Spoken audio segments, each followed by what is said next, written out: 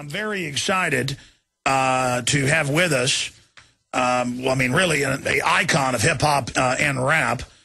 And we're very, very excited to have Prodigy, Mobb Deep on with us. He's a Grammy Award-winning rapper and one half of the hip-hop duo, Mobb Deep.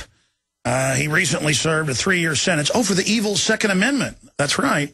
Boy, I tell you, they went after him when he started exposing the Illuminati. And he was recently featured in the 2011 documentary Rhyme and Punishment, a film that documents hip-hop artists who've been incarcerated. He is the great-great-grandson of founder of Morehouse College, and a new book, My Infamous Life, the autobiography of Mobb Deep's Prodigy. I don't know how long we've got it, because we got time zones scrambled, and we're about to go to break. But I've got so many questions for you, sir, and we appreciate you joining us today. Not a problem, Alex, man. I'm a big fan. Well, we're a fan of your work. People constantly ask me, and we're going to go to break here in a minute, about Illuminati. They see Jay-Z, all these rappers doing, all these weird Illuminati symbols and things like that. I know folks are going to pause that now and say, I was making those. I'm making those to show people. That's how they do that online. But the point is, you've exposed them. Bottom line, what's your take on that? I mean, to me, it's definitely not a joke, man. It's a lot of real stuff going on out here in this world. Secret societies are real.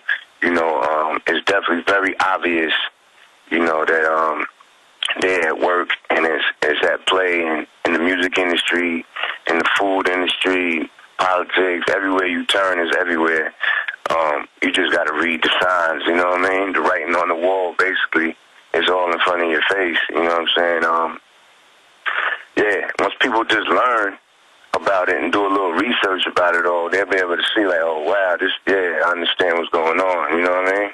Absolutely. You've got the floor. Lay it out. Break it down. I mean, this reported letter, when you were set up and sent to prison for exercising your Second Amendment rights, I mean, did you write this letter? And because it's very poignant, and, I agree with much of it, so you got the floor. Yeah. I wrote a lot of letters while I was in there, man. I was doing this thing for Vibe magazine, just writing letters from prison, just expressing myself and things I wanted to get off my chest, things that were on my mind, and I wanted to let people know. And I wanted to show them, even though I was inside, locked in a prison, I wanted to show them that I still had no fear in my heart, about speaking my mind and letting people know what time it is. There's no reason for me to fear, because it's really nothing.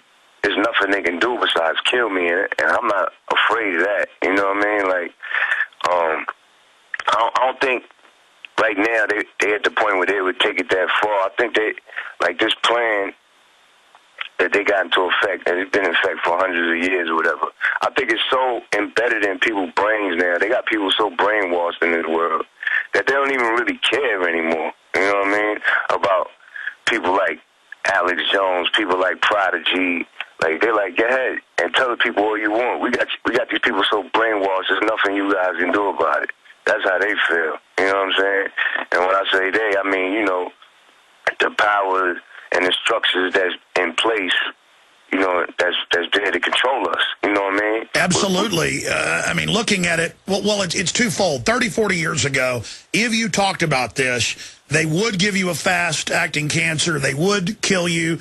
It's on record. Much of it's been declassified. But people still had courage and got the word out. And so because so many people spoke out, they've now flipped it and said, okay, we're growing the opium in Afghanistan. Okay, we're shipping the cocaine in. Okay, we're shipping the guns into Mexico to blame the Second Amendment. And so they've decided to just go with the revelation of the method instead, because they're desperate. But if we really try to shake people out of their trance, as you and others are doing across the board, we can beat them if we can get people out of the trance they're in. Yeah, definitely. At the end of the day, I always say, like, God always wins at the end of the day. You know what I mean? Good always going to beat evil at the end of the day, man. No matter how bad it's looking, you know what I mean? No matter what's going on, you know what I mean? Good is always going to win. You know what I mean? But right now, you know what I mean? The devil definitely got the world in the headlock. You know what I It's definitely crazy, and it's at the point where they got it so far. Like I said, they don't even care. They put it all in our face. You know what I mean? It's the information age. It's everywhere. It's all over the internet. What's going on? You know, it's all in these books. It's in movies. It's in, you know, it's all over the place. And they got people so brainwashed. You know what I mean? With all the you know, fashion and, you know, jewelry, especially like in the hip hop world.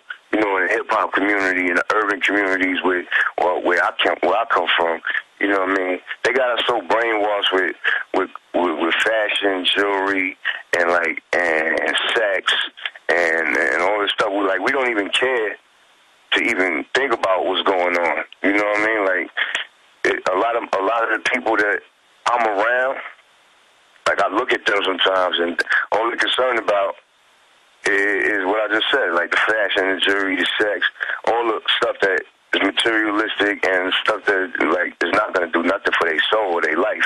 Well, you've had it all, and you know, it's not like I've had it all, but I mean, I've had a lot of success, gotten to meet most of the famous people in Hollywood at one time or another, and once you meet them and find out that it's nothing, it's not fulfilling. What is fulfilling is having truth and information and decency and honor. And but for folks that have never really had some form of notoriety or fame, which you've had much greater than I have, they can't understand it. They're always scrambling for it, reaching for it.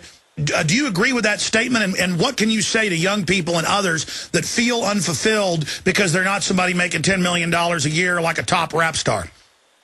Man, I would say it's not all about that, man. Life is not about you know, that chasing that dream. Life is about, you know what I mean, being happy. You know what I mean? It's about having you know, a pure heart, pure soul, eating good, family. You know what I mean? Yes. Love. You know what I'm saying? Like your relationship with your spouse or whatever. You know, these are the things that life is about, raising your children properly, making sure that, you know, each generation gets better than the last one, you know, smarter and healthier than the last one, all of that. These are the things that life is about. It's not really about chasing all these crazy dreams, you know what I mean? Because, you know, even though people want, you know, people want success, you know, anybody wants to be successful, you know what I mean, in life and have some decent money where you could be comfortable and things like that. But, you know, some people really just take it too far and they get caught up in that whole money and success thing, you know what I mean? Yes, I think it's a hierarchy of needs. Success is great as long as you don't compromise to get it, and as long as the success itself isn't the goal. Success in doing good, success in beautiful art, success in developing things, that's wonderful. The globalists, the controllers, create a false success and set up false icons for us so that we'll chase, basically, it's false idols. Yeah, you're right. That's exactly what it is, you know what I mean? Yeah, man, it's bad, man. It's bad because, you know, I try to reach out and, you know, share the information that I know with a lot of people. You know what I mean? Just stuff that I've read over the years and learned about what's really going on, you know, with this government and what's really going on, you know, in this world and everything, and how we should really be living and taking care of our families and our life. And I try to share a lot of the information with, you know, my friends, my peers, or whatever that I grow up with, or that I'm around a lot. And I had to learn the hard way that, you know, you can't just push information on people. You know what I mean?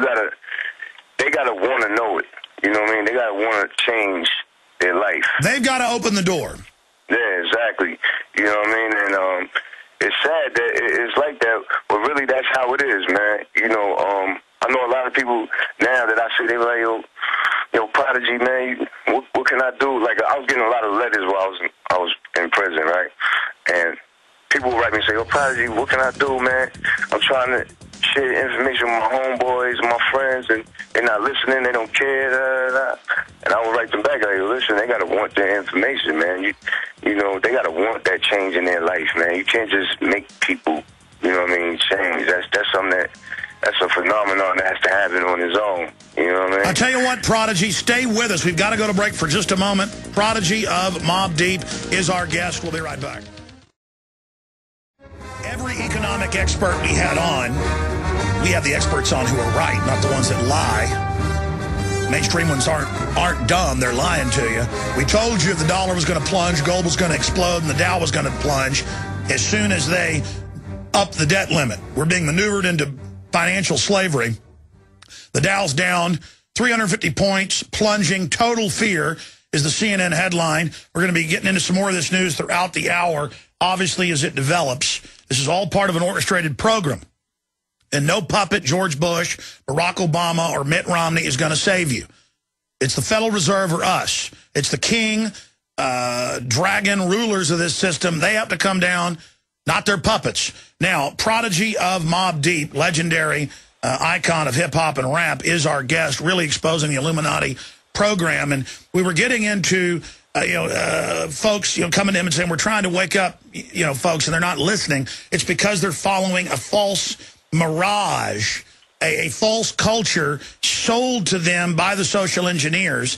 But the good news is we're beginning to break through. And one of the most common questions I get is, get Prodigy on. He's talking about stuff you're talking about. So here he is, sir. And you got cut off by the break. This is a short segment. You were talking about people have to want it. And then let's get into your view on the Illuminati and who's running this system. Yeah, so, like I was saying, it's hard to get people to listen and to get people to want to change. They got to want that change on their own. That'll never happen. You can't force somebody to want to change their life and change their way of thinking to understand what's really going on, that they've been manipulated. Their parents and their grandparents have been manipulated. It's hard to break somebody out of that spell, and their way of thinking and their belief system. You know what I mean? Because yes. They're in a comfortable space where, it just shatters their whole entire world, and their way of thinking. It hurts too much. It's way too comfortable for them to just stay the way they are.